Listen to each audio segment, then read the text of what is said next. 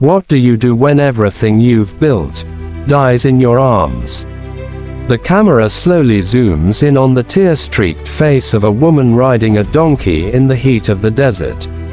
Behind her, a lifeless child. Ahead of her, a mountain. She doesn't cry. She doesn't speak.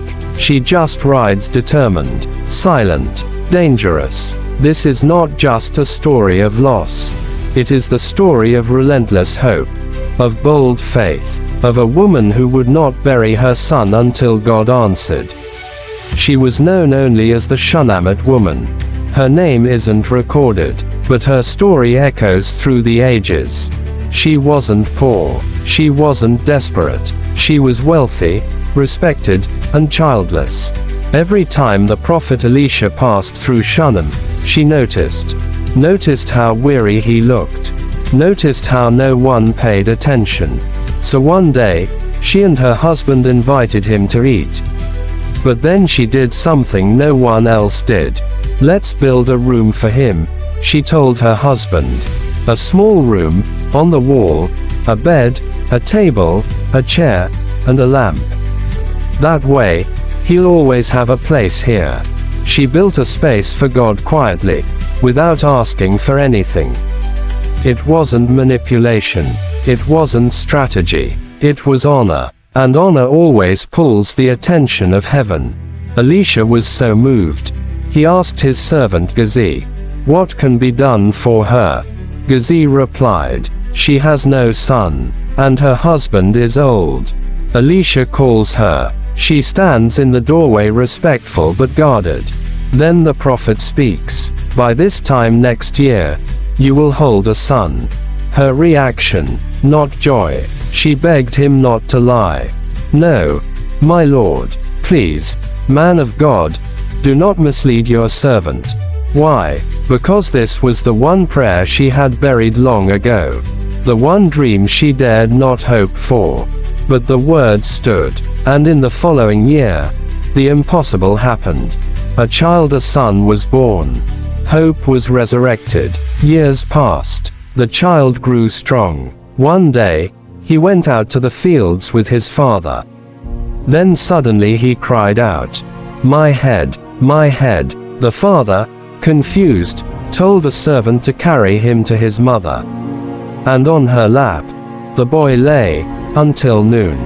And then died. Her only child. Her promised child. The miracle turned into mourning in her very arms. But what she did next was extraordinary. She did not tell her husband. She did not call the neighbors.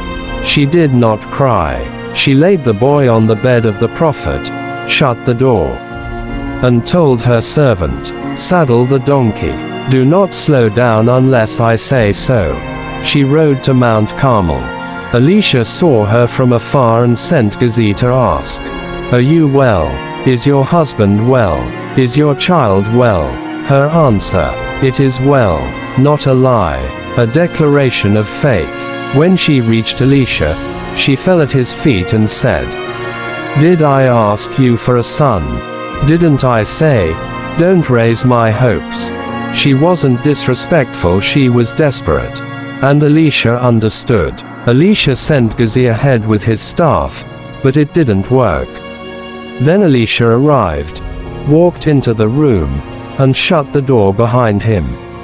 He prayed, then laid himself over the boy, eyes to eyes, mouth to mouth, hands to hands.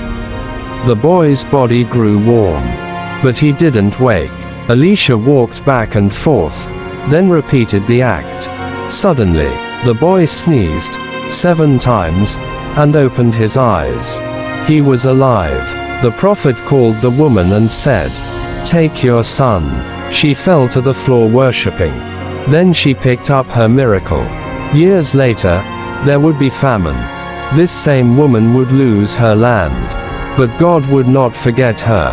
Because she made room for him when she had nothing to gain. Because she refused to bury what God promised. Because she demanded heaven's attention with her quiet, unshakable faith. And in the end, a king would restore all her land because of her story with Elisha.